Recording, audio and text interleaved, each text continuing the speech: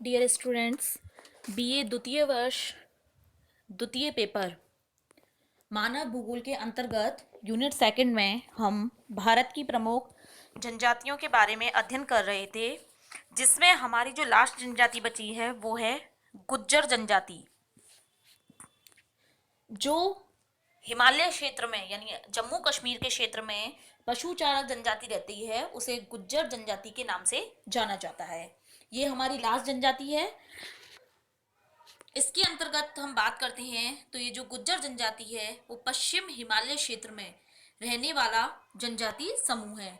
Mainly इसका निवास स्थान जो है वो पश्चिम हिमालय क्षेत्रों में देखने को मिलता है। जम्मू कश्मीर के जो ऊंचे पर्वतीय क्षेत्र हैं उनमें ये जनजाति मुख्य रूप से निवास करती है। बहुत से मानव शास्त्री ऐसा मानते हैं कि ये भारत की प्राचीनतम जनजाति है, लेकिन कुछ विद्वानों का ऐसा मानना है कि ये भारत की जनजाति नहीं है बल्कि विदेशों से आई है। मध्य एशिया में जो काला सागर और कैस्पियन सागर के मध्य में एक गुर्जिया क्षेत्र है, वहां से इस जनजाति का आगमन हुआ है। तो इस बारे में तो स्पष्ट रूप से नहीं कहा जा सकता कि ये भारत की जनजाति है या विदेश से आई है, लेकिन मेनली जो है ये जनजाति गुर्जिस जॉर्जियस है, गुर्जिश है, जो उसके वंशज माने जाते हैं।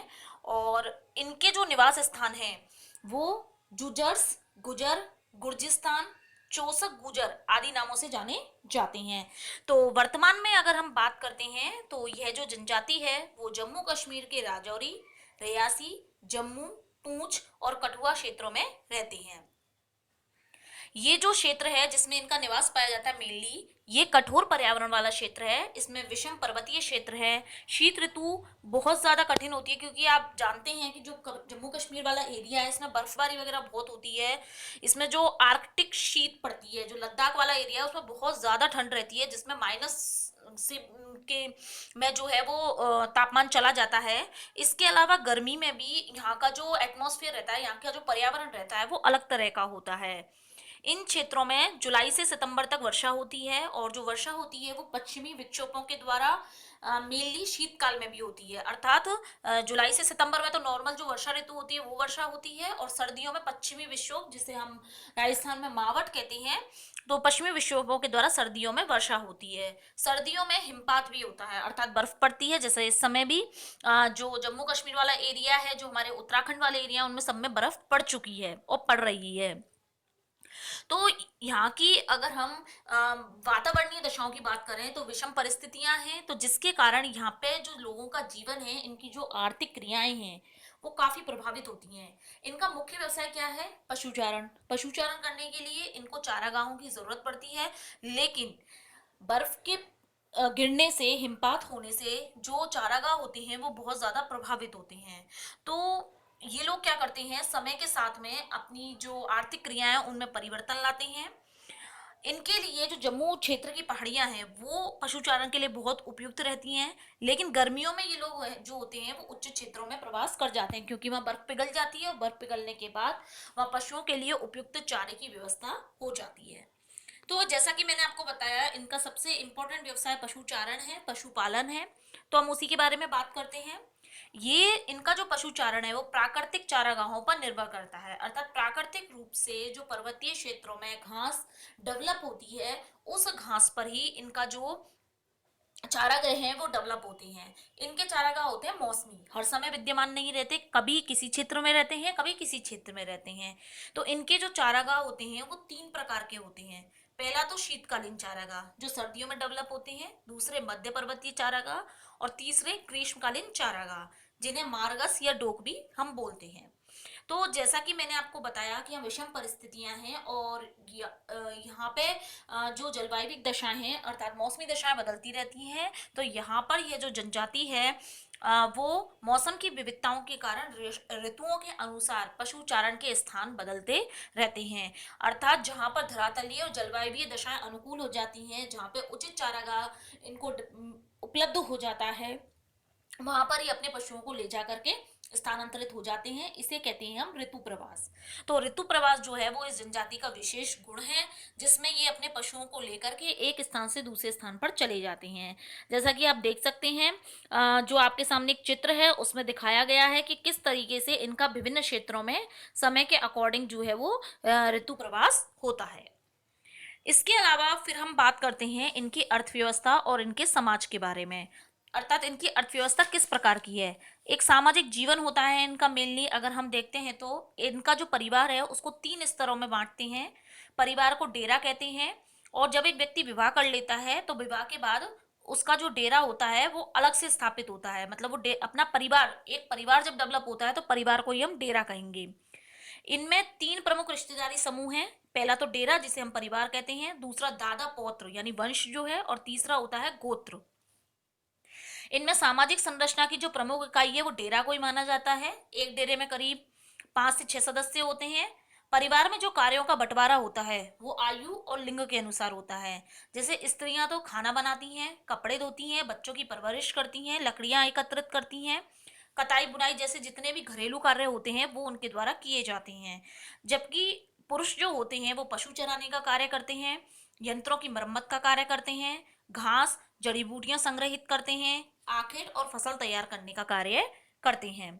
इनमें संयुक्त परिवार प्रथा का प्रचलन है। ये लोग वर्ष में 110 से 130 दिन तो घूमने में ही व्यतीत कर देते हैं, क्योंकि इनमें ऋतु प्रवास होता है तो पशु चारण के लिए इन्हें एक स्थान से दूसरे स्थान पर जाना पड़ता है।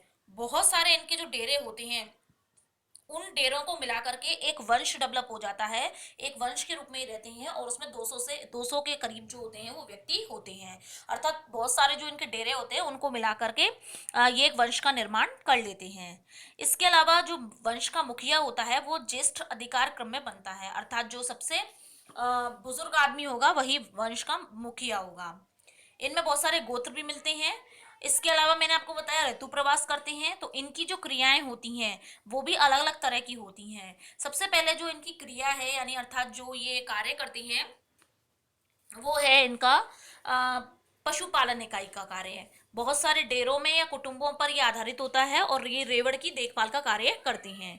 काफिला इनका दूसरा प्रकार्यात्मक समूह होता है, जो परिवारों का एक समूह होता है, और प्रवास के दौरान ये साथ साथ चलते हैं। इसके बाद इनकी जो पंचायत होती है उसे जिरगा कहते हैं, और जिसमें इनके मध्य के जो आपसी झगड़े होते हैं उनको सुलझाया जाता है। इनका जो प्रमुख त्योहार है वो है बैसाखी उत्सव, जो कि अप्रैल में आता है। और बैसाखी उत्सव मनाने के बाद में ही ये ऊंचे क्षेत्रों की ओर प्रवास कर जाते हैं। इनमें बाल विवाह भी प्रचलित है, विधवा विवाह भी प्रचलित है, अर्थात विधवा का पुनर्विवाह होता है। अंधविश्वास भी पाया जाता है। तो इस तरीके से इनमें जो सामाजिक आर्थिक क्रियाएं हैं उन पर प्राकृतिक पर्यावरण का स्पष्ट प्रभाव देखने को मिलता है। लेकिन इनका जो सामाजिक जीवन है वो एक संगठित सामाजिक जीवन है। अब हम बात करते हैं गुज्जर लोगों के वर्ग के बारे में। जो इनके व्यवसाय हैं, इनका जो बसाव है उसकी दृष्टि से जम्मू कश्मीर में जो गुज्जर जनजाति रहती है उसको 2 वर्गों में बांटा जाता है। पहला आता है खेतिहर गुज्जर। इनको मुकामी या जमींदार गुज्जर भी कहते हैं, जैसा आप समझ सकते हैं। ये लोग जो पहाड़ी के ढाली क्षेत्र हैं या घाटी वाले क्षेत्र हैं उन पे स्थायी रूप से रहते हैं, स्थायी रूप से घर बना के। लेकिन अब धीरे धीरे ये लोग पहले तो क्या करते थे, ये कृषि कार्यों पर निर्भर रहते थे, वहीं पर कृषि कार्य कर लेते थे पर्वतीय ढालों पर। अब धीरे धीरे नौकरी और व्यापारिक कार्य करने लगे हैं। दूसरे आते हैं ऋतु प्रवासी गुजर। जैसा नाम से ही पता चल रहा है, ये विभिन्न ऋतुओं के साथ में जैसे ही मौसम का बदलाव होता है अपने पशुओं को लेकर एक स्थान से दूसरे स्थान पर प्रवास कर जाते हैं। जो ऋतु प्रवासी गुजर है उसके भी 2 वर्ग हैं। पहला आता है बनिहारा गुज्जर। ये लोग बनों में रहते हैं और भैंस पालकर दूध बेचते हैं, इसलिए इन्हें डोथी गुज्जर भी कहते हैं या भैंसी गुज्जर। और दूसरे आते हैं बक्करवाल गुज्जर। ये लोग भेड़ बकरियां पालते हैं। जो बक्करवाल गुज्जर है उसको फिर से कुम्हारी और इलाहीवाल 2 वर्गों में बांटा जाता है। तो इस तरीके से इनके जो व्यवसाय है, कार्य करने का तरीका है, उसके आधार पर इनको दो भागों में बांटा जाता है। अब जब ये लोग ऋतु प्रवास करते हैं तो ऋतु प्रवास करने के लिए ये लोग मुख्यतः 2 मार्गों का अनुसरण करते हैं। एक तो जो पीर पंजाल मार्ग है, पहला मार्ग ये है, इसमें ये लोग अप्रैल के तीसरे सप्ताह में जाते हैं जब यहाँ पे घास सूखने लग जाती है। और दूसरा है बनियाल दर्रा मार्ग, इसमें 20 अप्रैल के आसपास ये लोग निकलते हैं। तो इस तरीके से इन 2 दर्रों के माध्यम से ये निकलते हुए उच्च पर्वतीय क्षेत्रों पर अपना स्थानांतरण करते हैं। अब हम सबसे लास्ट में बात करते हैं इनके धर्म और संस्कृति के बारे में। ये इस्लाम धर्म को मानते हैं। जैसे जो बकरवाल गुज्जर हैं वो ज्यादातर इस्लाम धर्म को मानते हैं। दिन में नमाज पढ़ते हैं ये लोग। रमजान के महीने में रोजे भी रखते हैं।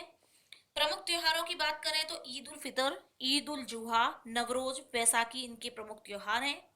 मृत्यु होने पर ये मृत शरीर को दफनाते हैं और उसकी कब्र पर पत्थरों का ढेर लगाते हैं।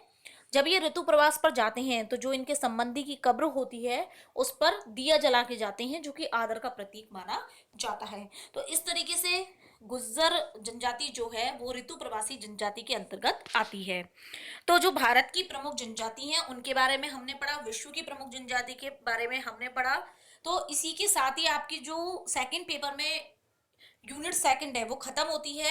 यूनिट सेकंड के अंदर लास्ट में 3 टॉपिक हैं जो जनसंख्या से संबंधित है, जिनके बारे में मैं आपको पहले से ही फर्स्ट जो पेपर है उसमें पढ़ा चुकी हूँ, तो उन्हें दोबारा इसमें पढ़ाने की जरूरत नहीं है क्योंकि बिल्कुल वो सेम टॉपिक है।